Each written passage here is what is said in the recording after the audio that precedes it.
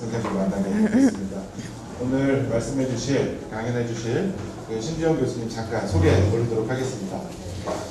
신주영 교수님은 연세대학교 심리학과에서 박사 학위를 받으시고 석사 학위도 학교 및 상담심리학으로 받으셨습니다.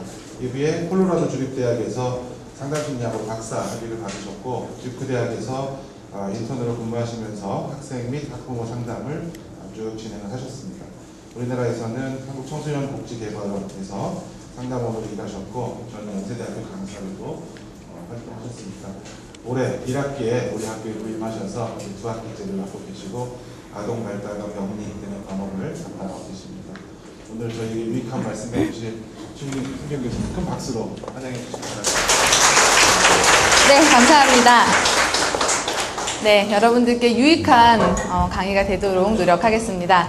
네, 우리 지금 오신 분들 앉아주시고요. 예. 예. 네, 시작해도 될까요? 예, 여러분 안녕하세요. 신주연입니다. 우리 학과장님께서 소개해 주신 대로 저는 그런 어떤 그 길을 밟아온 사람입니다. 오늘 제가 여러분들께 이제 말씀드릴 것은 여기에 적어 놓았지만 우리가 암 경험과 삶의 의미라는 부분에 대해서 말씀을 드리려고 합니다. 사실 여러분 지금 날씨도 정말 가을 날씨로 너무 좋고요. 그렇죠? 오늘 이제 개강 파티도 있어서 아마 여러분들께서 이 좋은 가을 날씨에 얘가 이 주제를 굳이 들어야 되는가. 그런데 아마 여러분들께서 이 자리에 앉아 계신 이유는 바로 이 강의에 오는 것이 여러분들께 의미가 있다고 생각하셨기 때문에 일 거라고 생각을 합니다. 맞습니까? 예. 그래서 제가 첫 번째 질문으로 먼저 어떤 순서부터 좀 말씀을 드릴게요. 처음에 제가 삶의 의미라는 것에 대해서 간략하게 말씀을 드릴 거고요. 그리고 삶의 의미 연구에 대해서 사실 오늘 뭐 2시간이 짧다면 짧고 길다면 길 시간인데 제가 어떤 연구라는 부분에 대해서 아주 심층적으로 얘기를 드리기보다는 저는 이 강의가 끝나고 여러분께서 이제 나가실 때 삶의 의미라는 것을 우리가 심리학 그리고 상담에서 이렇게 이해를 하고 있고 이렇게 활용을 하고 있구나 이런 정도만 이해하시면 된다고 생각합니다. 삶의 의미라는 것은 사실 우리가 여러 가지 그 맥락에서 이야기를 할 수가 있지만 오늘 저는 우리가 암 경험이라는 어떤 질병 경험, 그렇죠? 우리 삶의 사건에 특수하게 좀 이렇게 대입을 해서 생각을 해보겠습니다. 그래서 이제 암 경험자를 위한 심리사회적 개입에는 어떤 것들이 있는지 간략하게 소개를 드릴 거고요. 암 경험자들이 이제 심리사회적인 특성에는 어떤 것들이 있을까 이런 부분도 간략하게 또한 그래서 암 경험자를 위한 의미 중심 상담 및 심리치료에는 어떤 것들이 있는가 이런 부분들을 여러분들과 함께 이야기를 해보고 싶습니다. 자, 그래서 이것이 저의 첫 번째 질문입니다. 어떠세요? 무엇이 여러분의 삶을 의미 있게 합니까? 잠깐 생각해 보시겠어요? 네. 손 들고 발표 이런 거 안 시킬 겁니다. 예, 긴장하지 마시고 예. 많은 분들은 제가 이런 질문을 드리면 좀 싫어하시는 분들도 계세요. 왜일까요? 일단 너무 어려운 질문입니다, 사실. 맞나요? 예. 어떤 분들에게는 아마 제가 이 질문을 딱 보여드렸을 때 그렇지 나의 삶을 이거 이런 것들이 바로 의미 있게 하지 내가 의미를 찾는 것이 이런 것이지 라고 금방금방 좀 떠오르시는 분들도 있으셨을 거예요. 그런데 아직도 어떤 분들께서는 뭐지? 예. 너무 어렵다 이런 질문 밑도 끝도 없어 이런 분들도 분명히 계실 겁니다. 바로 어떤 사람에게 우리가 이 질문을 물었을 때 어떤 그룹은 그러니까 내 삶은 어떤 것이 의미 있게 한다라고 이렇게 자각하는 그리고 대답할 수 있는 그런 그룹이 있을 것이고요. 또한 그렇지 않은 그런 그룹도 있을 것입니다. 바로 그 차이, 거기에 어떤 차이가 있을까라는 것이 저를 계속해서 삶의 의미라는 것을 연구하게 한 어떤 동기라고 볼 수 있습니다. 접니다. 잘 보이십니까? 예, 10년 전, 네. 저도 꼭 꽃다운 나이가 있었습니다. 네. 그래서 지금 일을 하는 척을 하는 게 아니라 실제로 일을 하다가 누가 찍은 건데요. 예, 10년 전 제가 어디서 한국청소년상담복지개발원이라는 예전에는 한국청소년상담원이었어요.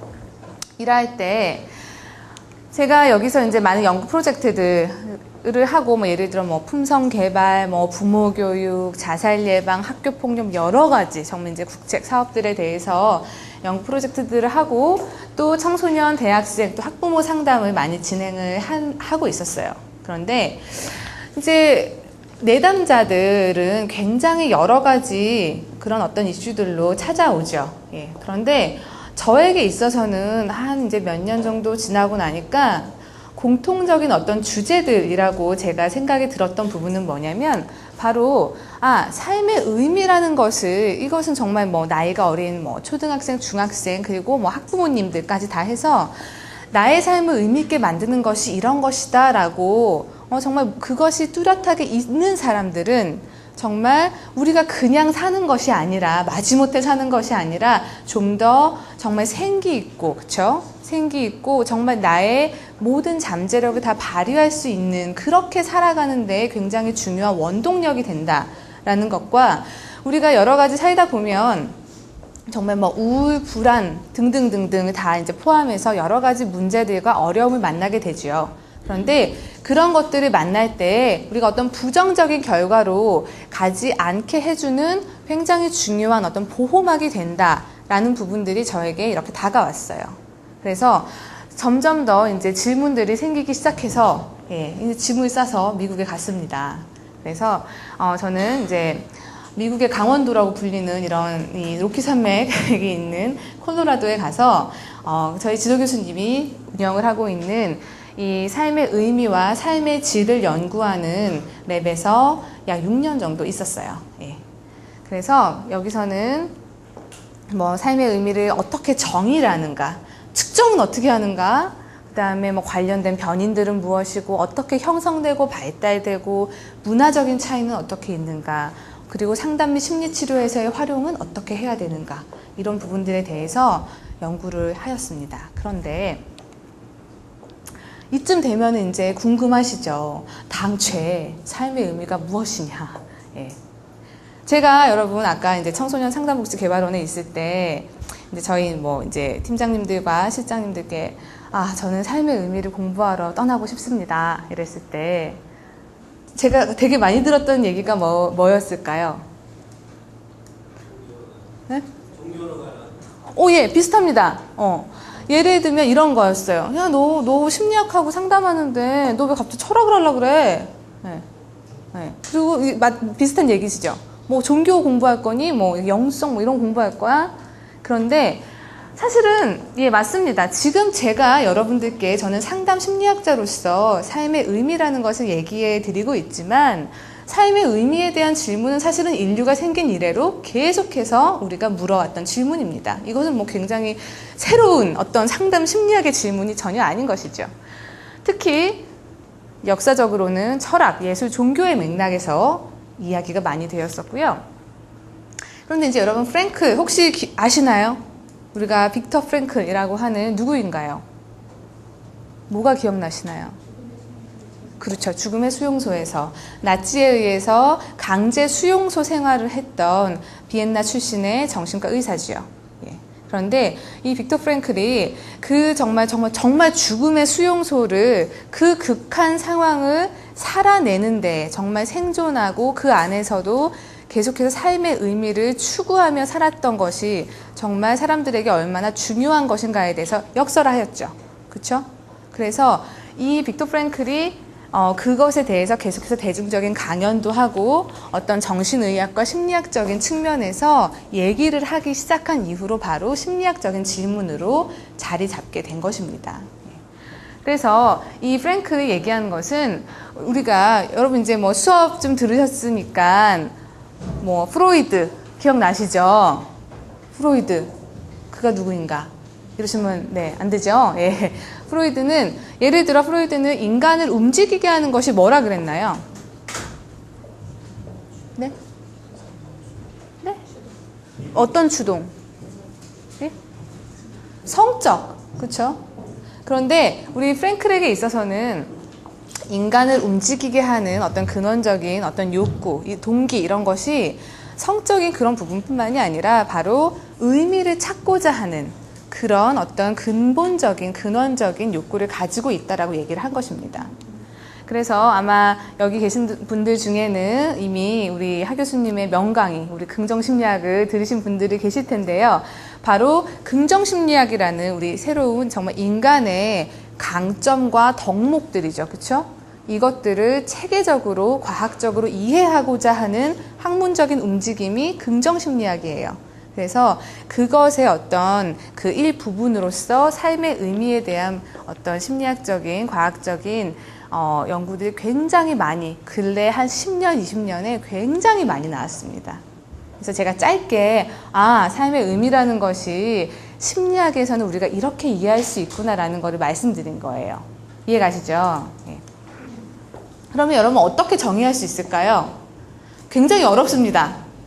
예, 이거는 정말 지금까지도 여러 학자들이 박터지게 싸우는 어떻게 정의할까? 이거는 정말 쉬운 문제가 아닌 것이죠. 삶의 의미가 뭐냐라고 했을 때. 그런데 여러 가지 정의들을 우리가 막 모아봤을 때 공통된 두 가지가 나오는데 그것이 뭐냐면 첫 번째는 삶에 대해서 내가 일관적으로 이해하는 것. 어떤 내 삶이 중요하다. 그리고 이러한 어떤 테마를 가지고 있구나 라는 어떤 이해입니다. 그렇죠? 두 번째로는 중요한 삶의 어떤 목적, 나의 열망, 그쵸? 이게 그냥, 내가 내일까지 중간고사 시험 공부해가지고 잘 봐야지라는 어떤 짧은 그런 것이 아니라 우리가 내 삶을 길게 봤을 때, 그쵸? 우리가 어떤 롱텀, 이런 어떤 목적, 사실은 목표보다 더 큰 의미의 어떤 나의 목적감. 그런데 그거를 그냥 이런 목적감을 가지고 있어야지 라는 것에서 끝나는 것이 아니라 거기에 정말 내가 전념하는 것, 이 두 가지를 말씀드리는 겁니다. 그래서 이 스티걸 하는 사람이 바로 저희 지도 교수님이었는데 이 사람은 하니까 이상하네요. 이 선생님이 이분은 방금 나왔던 그런 이 삶의 의미에 대한 정의들을 잘 정리를 해서 어떻게 제시를 했냐면 첫 번째는 아까 말씀드렸던 어떤 삶에 대한 일관적인 이해, 그리고 두 번째는 목적, 그쵸? 그래서 바로 이것이 우리가 이해라고 하는 것, comprehension이라고 하는 것과 purpose라고 하는 목적이라는 것이 바로 삶의 의미를 이루는 중요한 요소가 아니겠냐라고 이론을 제시를 한 것입니다. 그랬을 때 우리가 조금 더 얘기를 해보면 우리 이해라는 걸 뭘 이해합니까? 그 내용이 뭐냐면 바로 나 자신에 대한 이해죠. 그렇죠? 나, 그리고 내가 살고 있는 이 세상. 그렇죠? 그리고 이 세상과 나는 어떻게 핏이 있는가. 그렇죠? 우리가 잘 어울리는가? 내가 도대체 여러분 가끔 그런 생각 많이 드시잖아요. 때로는 이 세상과 내가 도대체 어떻게 어울리고 살아가는지 모르겠다라는 그런 느낌들. 그래서 그런 어떤 이해를 말하는 거고요. 목적에서는 우리가 discern 한다는 거는 목적이 무엇인지 일단 분별을 해야 되죠. 두 번째로는 분별했으면 그냥 그렇게 두는 것이 아니라 헌신해야 되죠. 전념. 세 번째는 거기서 끝나는 것이 아니라 행동을 해야 된다는 것입니다. 그렇죠? 바로 만약에 여러분께서 나 이번 학기에 공부 진짜 열심히 해보리라, 정말 새로운 것들도 많이 접하고 학교 생활 정말 열심히 하리라, 근데 아무것도 안 해, 이러면 이제 삶의 의미가 생길래야 생기지 못할 거다 라고 생각을 하는 겁니다.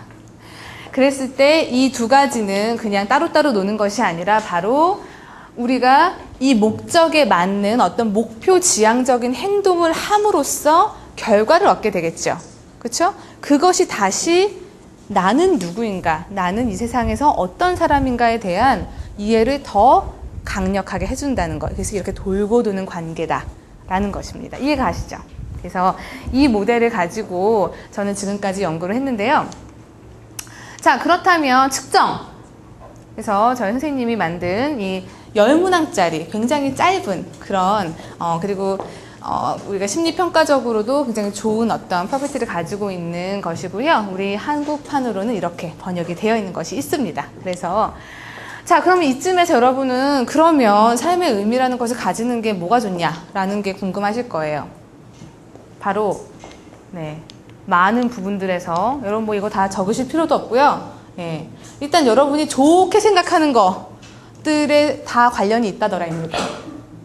뭐 예를 들면 여러분 당연히 행복감, 만족감, 좋은 관계, 그쵸?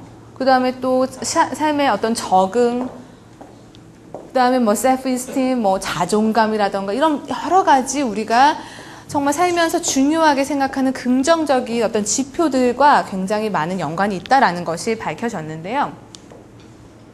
그러면 이제 여기까지는 제가 삶의 의미에 대한 정말 짧은 개관을 드린 거예요. 그러면 우린 다 이제 암 경험과 삶의 의미로 다 이제 넘어가 볼 겁니다.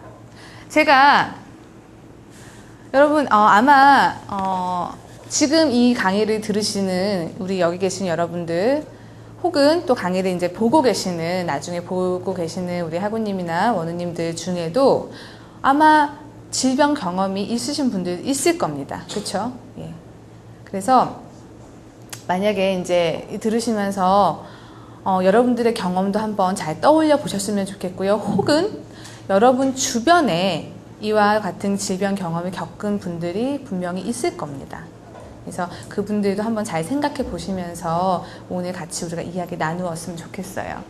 일단 여러분 질병이라는 것 그리고 만성 질병 혹은 말기 질병들은 정말 삶의 중요한 전환기 그리고 우리가 보통은 위험과 상실의 상황이라고 이해하는 삶의 사건입니다. 그렇죠?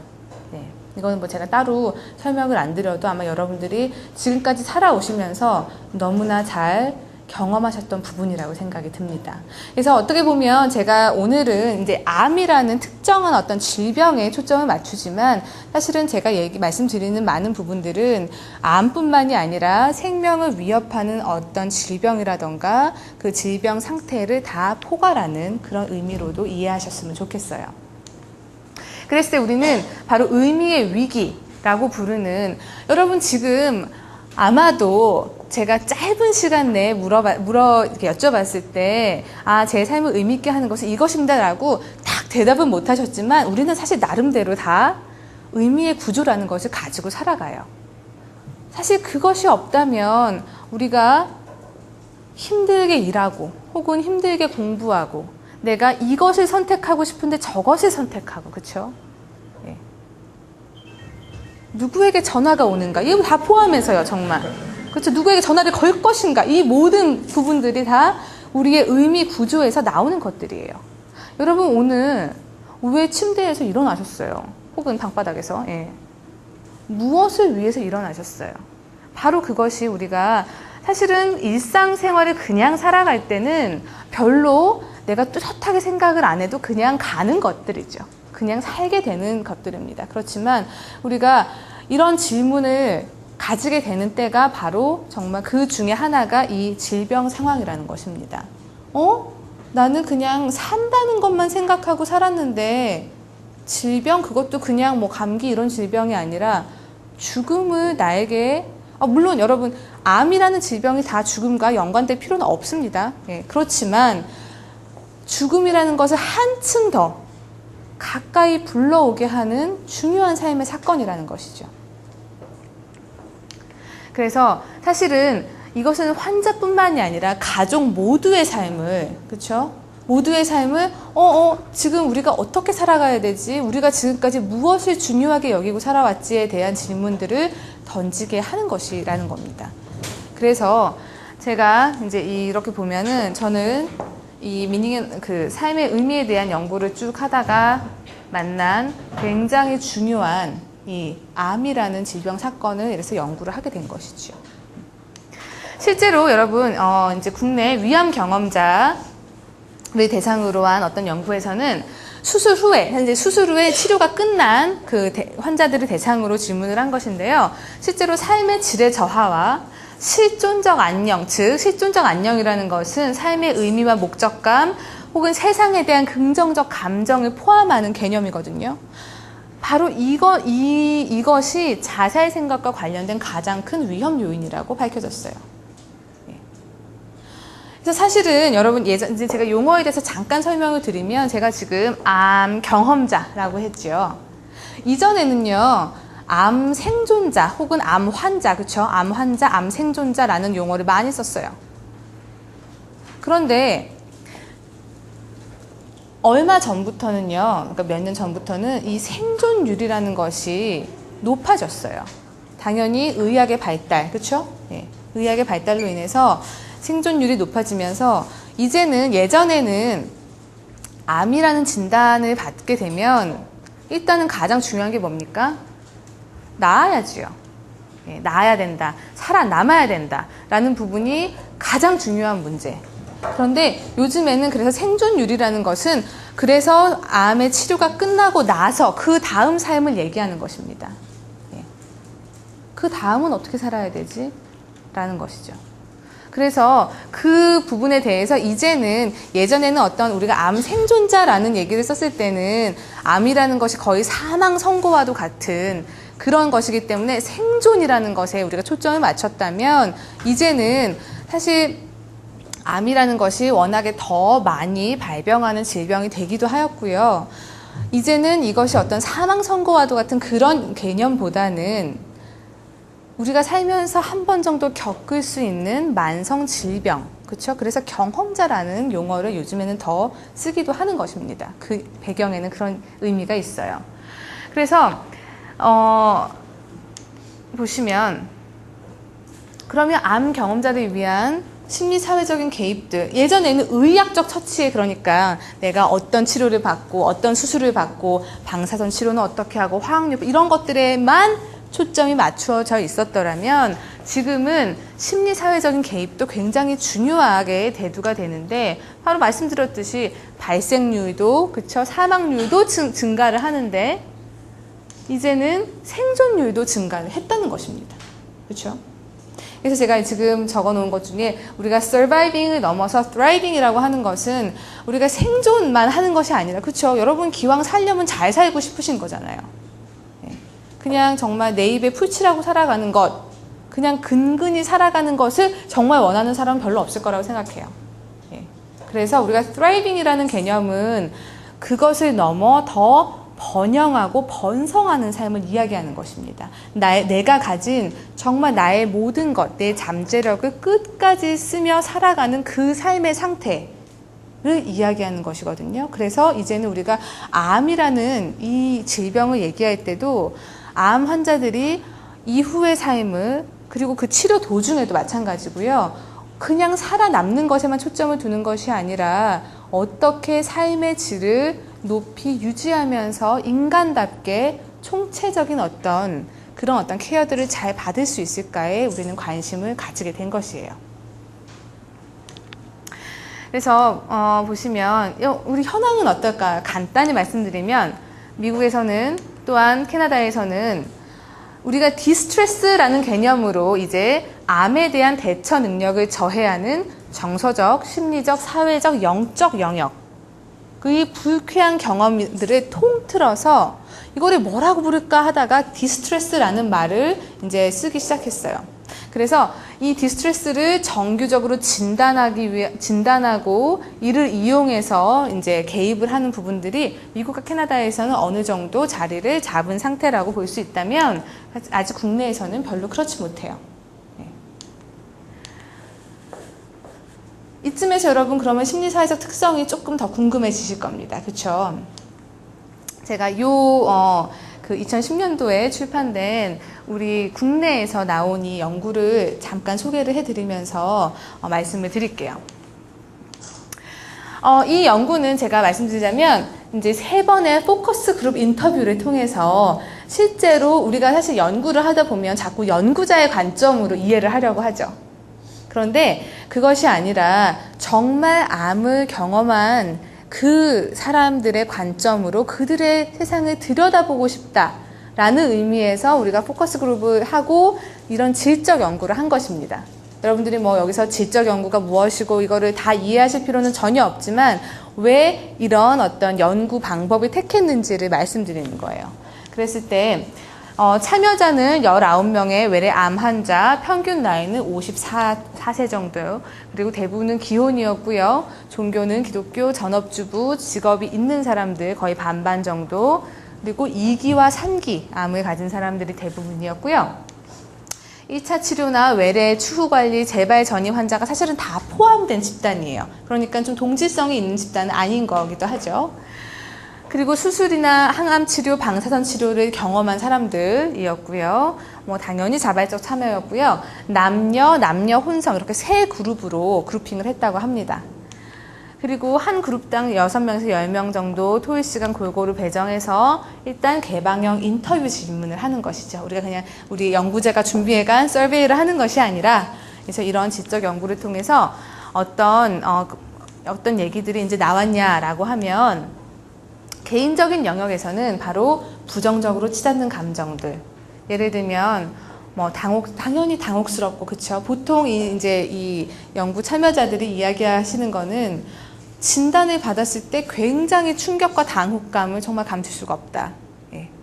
그리고 사실은 그 부분에 대해서 시간이 가면서 약간 무감각해지는 뭐 설마 내가 우리가 약간 부인을 하게 되는 그런 부분들도 있고요. 또한 불안, 공포, 두려움, 분노. 왜 내가 그렇죠? 우리는 항상 생각을 하게 되죠. 왜 이런 일이 생겼을까? 이건 사실 인간의 본능인 것 같습니다. 왜 나한테 이런 질병이 생겼을까? 혹은 왜 나의 가족에게, 왜 내가 사랑하는 사람에게 이런 질병이 생겼을까? 그래서 이제 슬픔과 우울, 자기 연민, 허무, 실망과 좌절, 불확실성 이런 것들이 다 이 연구에서 도출이 된 그런 부분들이라고 합니다. 예를 들면 정말 이제 제가 이렇게 이 따옴표라 그러나요? 이렇게 해놓은 거는 그분들이 직접 얘기하신 부분들을 그대로 옮겨놓은 건데 그것은 마치 그냥 나에게는 사망 선고 같았다. 그리고 임종박두, 곧 죽는다라는 걸로 들렸다. 그래서 내 존재 자체에 대한 위협. 두 번째는 손상된 자아정체감이라고 이제 범주를 나누었는데 바로 큰 벌을 받은 느낌. 즉 내가 뭔가 잘못했다는 것이죠. 살아오면서. 내가 잘 살아왔다면 이럴 리가 없다라는 그 느낌인 것입니다. 그리고 저주받은 것 같은 느낌. 이것도 다 그분들이 말씀하신 거를 제가 옮겨놓았고요. 우리가 이제 육체적, 기능적 상실, 또한 우리가 운동 능력과 성적인 능력의 저하와 상실을 당연히 가져올 수밖에 없는 경우가 많고요. 또한 신체상의 손상, 우리가 암 환자다라고 하면은 일반인들이 가장 먼저 떠올리는 모습이 어떤 모습이죠? 이미지가 탈모입니다. 그렇죠? 그랬을 때 탈모 혹은 뭐 유방암이라던가 이런 신체 부위의 암인 경우에는 절제, 그렇죠? 절제가 되게 되죠. 그랬을 때 내가 지금 아마 여러분이 내가 지금까지 30년, 40년, 50년을 가지고 살았던 나의 외모, 예쁘건 잘생겼건 어찌됐든 간에 이 외모에 굉장한 변화를 그쵸? 겪게 된다고 하는 것은 내가 누구인가에 대한 그 감각, 그 느낌을 굉장히 변화시킬 수밖에 없는 사건인 것입니다. 그래서 그리고 또한 사회에 널리 퍼져 있는 암에 대한 편견과 오해 어떤 게 있을까요, 여러분? 혹시 생각나시는 게 있으세요? 네? 침묵, 그쵸? 침묵. 암에 대해 침묵합니다.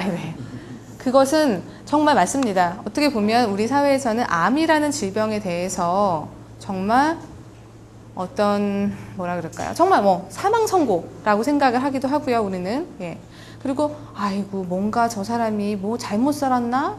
아니면 저 사람이 왜냐하면 여러분 이런 것이 있어요. 우리가 암에 대한 연구들을 쭉 보면은 이제 우리가 위험 요소들이라고 하죠. 위험 요인. 그냥 암이 걸릴 수 있는 확률을 높이는 것들은 다 위험 요인이에요. 그런 것들 중에 대표적인 게 뭐가 있어요? 여러분 생각나시는 거.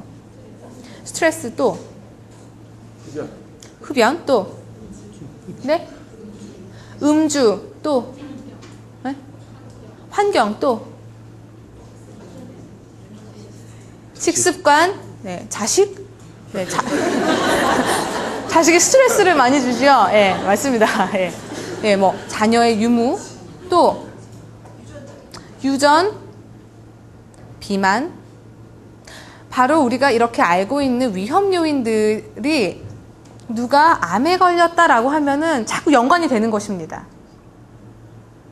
흡연하는 사람들에게는 그럴 줄 알았어.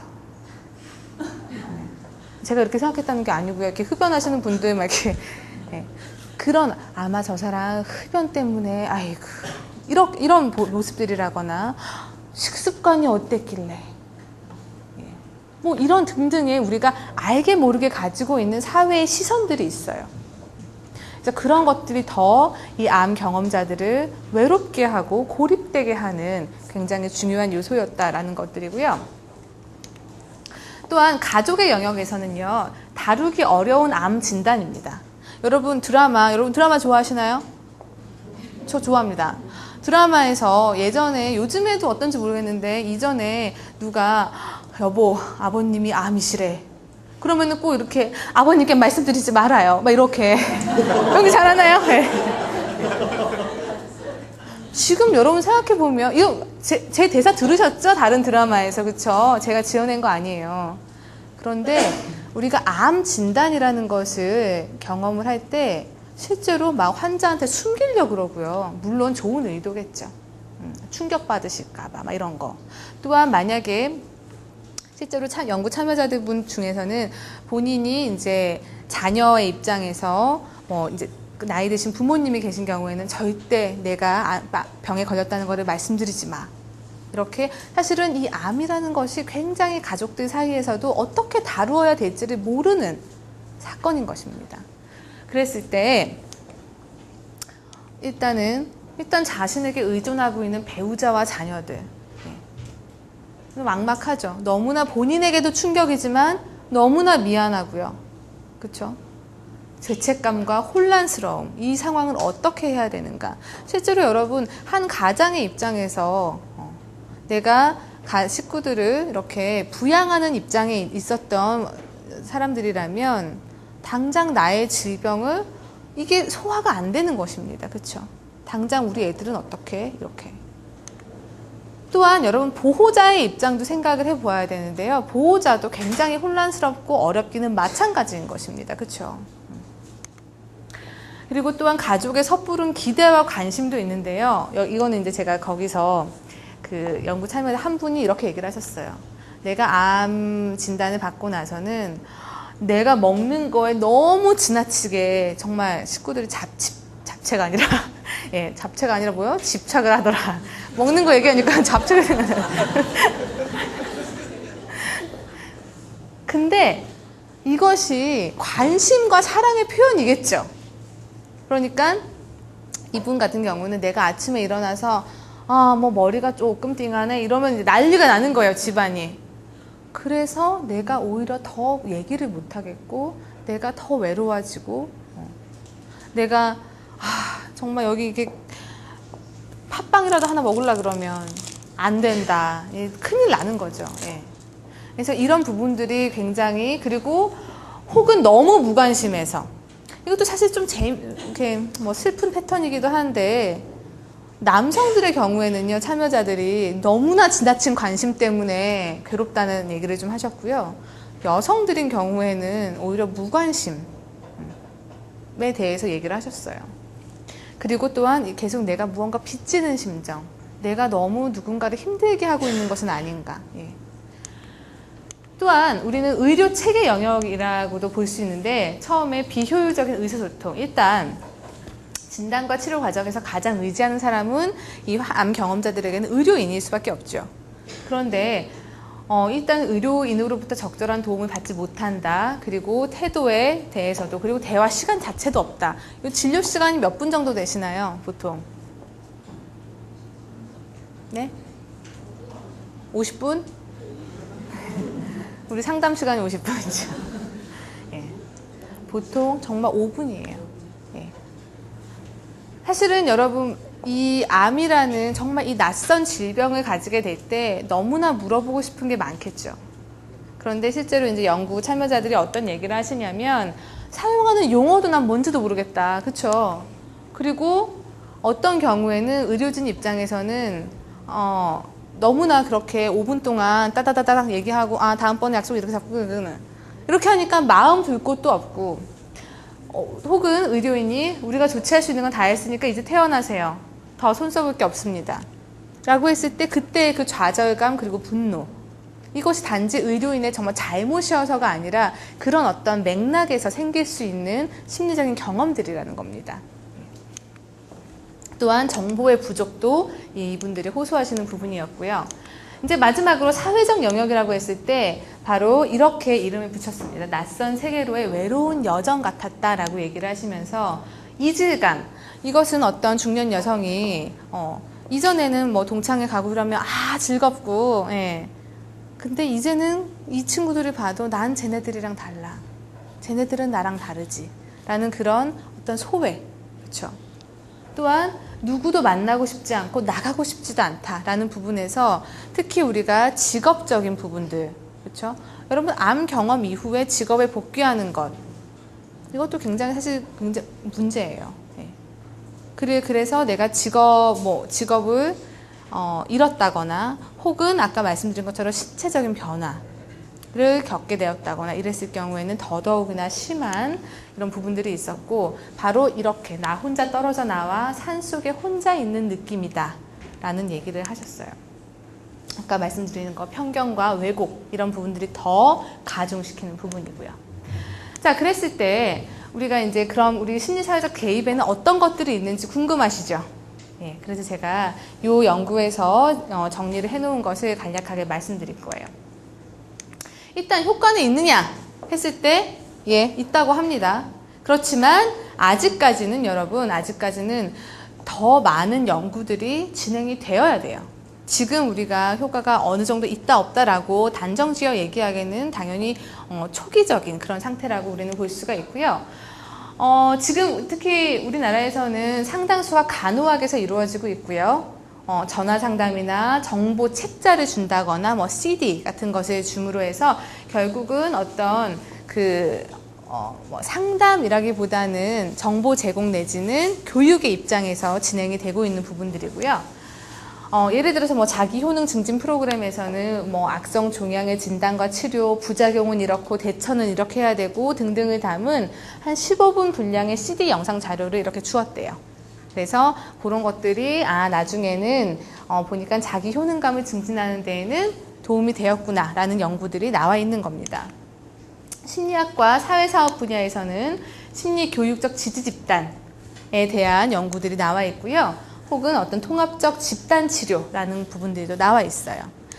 제가 이 말씀을 드리는 이유는 뭐냐면 여러분이 뭐 당연히 이렇게 보시고 다 이 연구들을 기억하시지 못하겠죠. 그럴 필요도 없고요. 그런데 저는 이제 오늘의 강의를 준비하면서 여러분 상담을 공부하시려고 공부를 시작하신 분들이잖아요.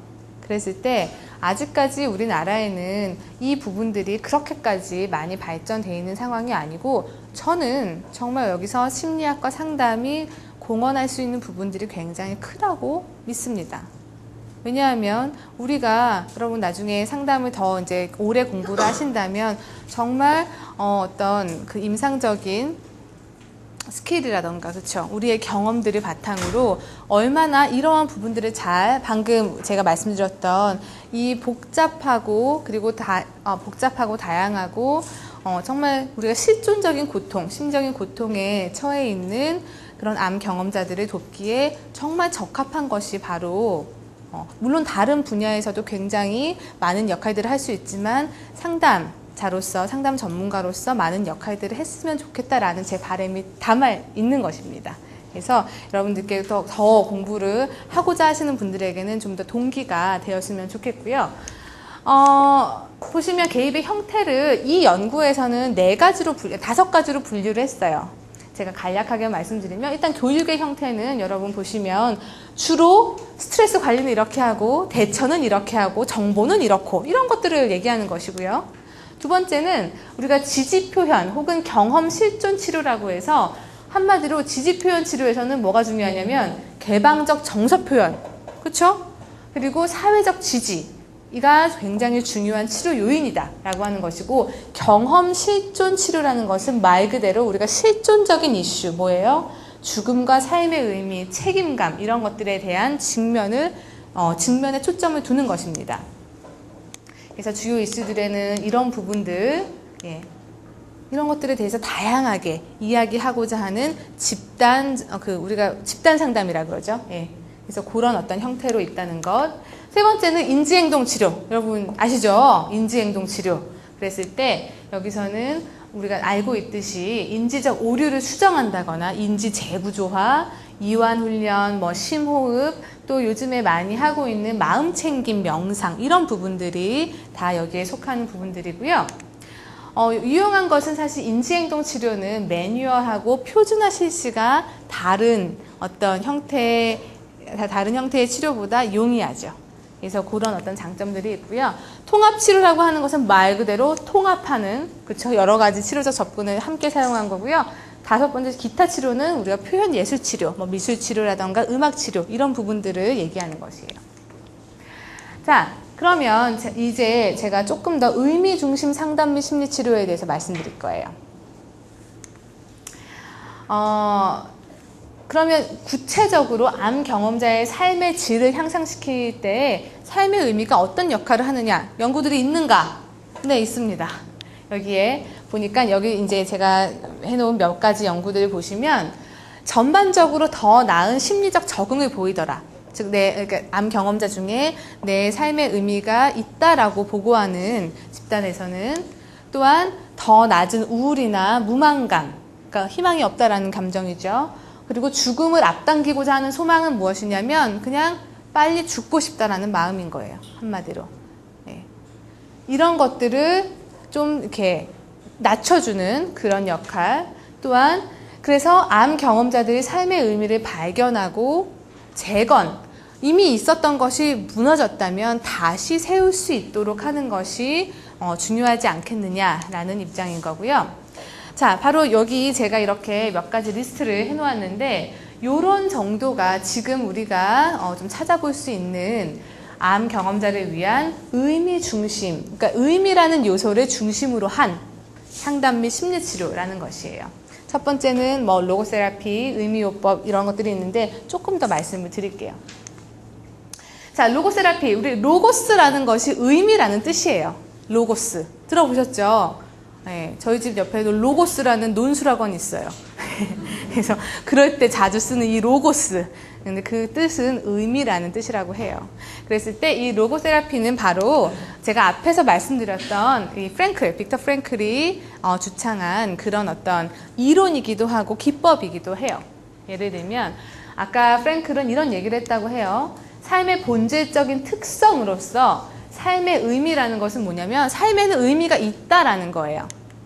두 번째는 의지의 자유라는 것은 뭐였냐면 프랭클에게 있어서 인간은 외부 상황이 어떻든지 간에 주어진 상황에서 선택할 수 있는, 그쵸? 그런 의지의 자유가 있다라고 얘기를 한 것이고요. 세 번째는 어떤 상황에서도 아까 제가 말씀드렸던 우리는 타고난 정말 이런 어떤 의미를 추구하고 찾고자 하는, 그냥 막 살아가는 것이 아니라 정말 우리가 작게는 내가 이 강의를 왜 들어야 돼?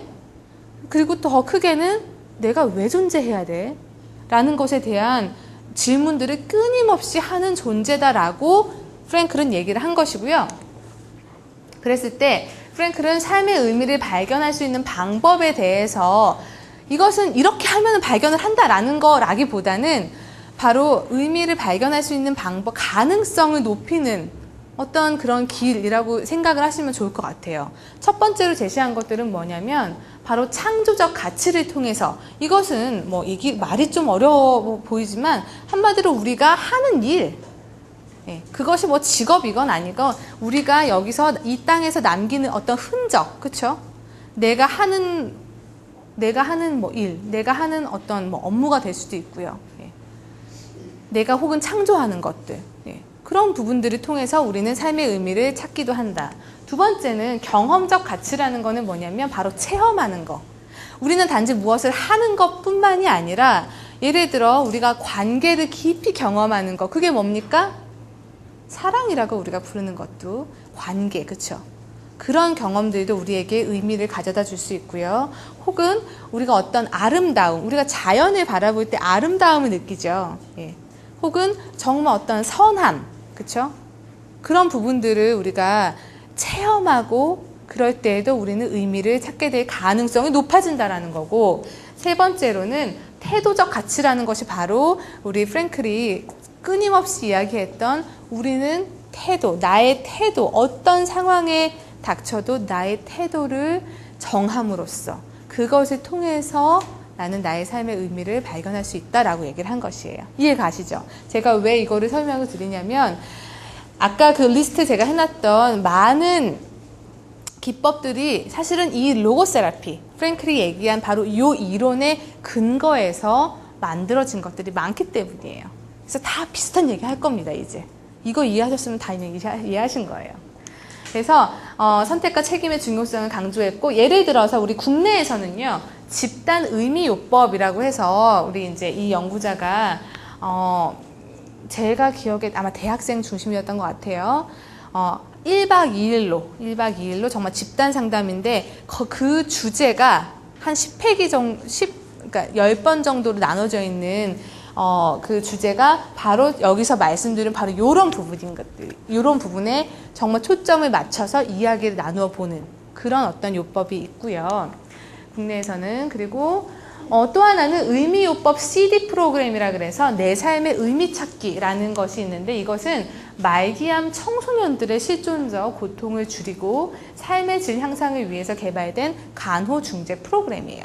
간호 영역에서 만들어진 프로그램인데, 역시 프랭클의 의미요법 로고세라피에 기반을 해놨고, 이제 중요한 거는 나중에 제가 조금 말씀드리겠지만, 우리가 아까 제가 암 환자들의 심리사회적 특성에 대해서 말씀드릴 때 주로 연구 대상자가 누구였나요? 평균 연령이? 네, 54세. 사실 암이라는 질병 자체가 당연히 우리가 그러니까 연령이 높은 층에서 더 많이 발생하는 질병이죠. 그래서 소아와 혹은 우리가 그러니까 청소년 혹은 초기 성인기라고 부르는 요 시기에는 그렇게 흔하지 않은 질병인 것이 맞아요. 그렇지만 역시 이들도 이 질병을 경험하게 되는 경우가 많이 있고요. 그랬을 때 이들의 어떤 경험이 얼마나 다른가에 대해서도 이제 그 부분에 초점을 둔 프로그램이 이런 프로그램인 것이죠. 그랬을 때 이것은 이제 청소년들이기 때문에 영상 매체, CD를 통해서 한 20분 정도 짧은 시간, 5차시로 구성이 되어 있고요.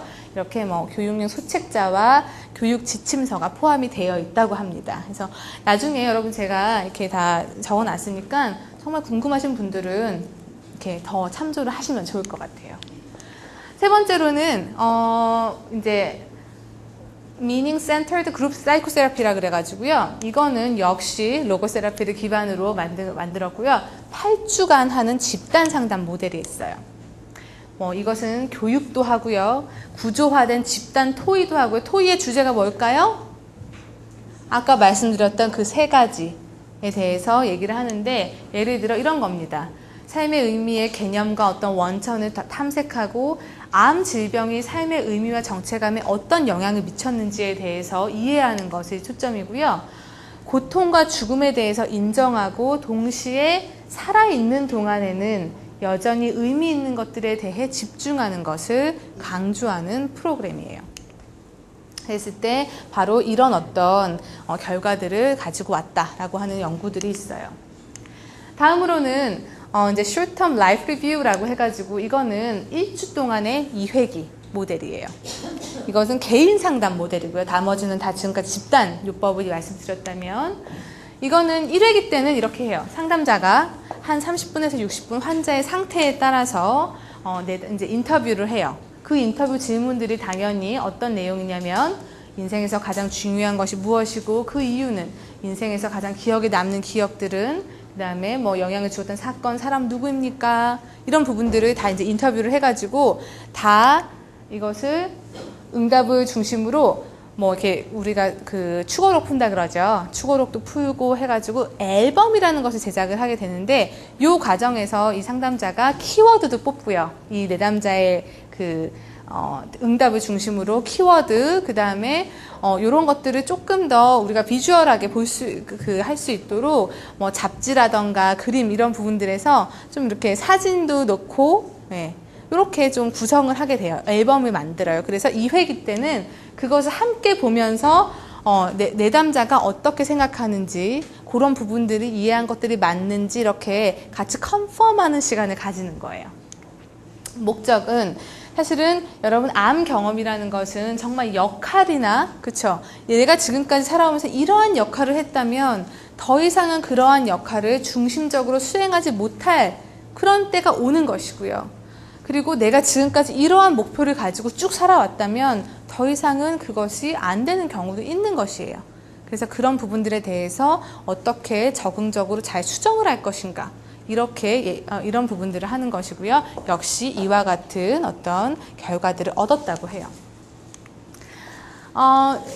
이제 비슷한 부분으로 우리가 meaning making intervention이라고 하는 부분은 뭐냐면 이것은 사회기 개인 상담 모델. 우리가 이제 포크만의 theory라는 것은 뭐냐면 지금까지는 우리가 이제 프랭클의 어떤 로고세라피에 기반을 했다면 이 프랭클의 이론에서는 의미라는 것을 스트레스의 대처에 굉장히 중요한 어떤 변인으로 보는 거거든요.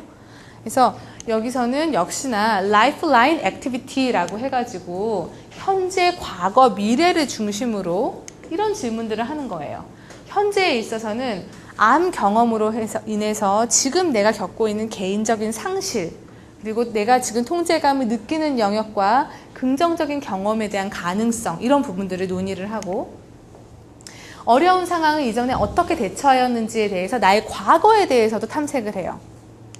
또한 미래에 대해서는 삶의 우선순위, 남겨진 목표들을 어떻게 수정하고 어떻게 성취할 것인가.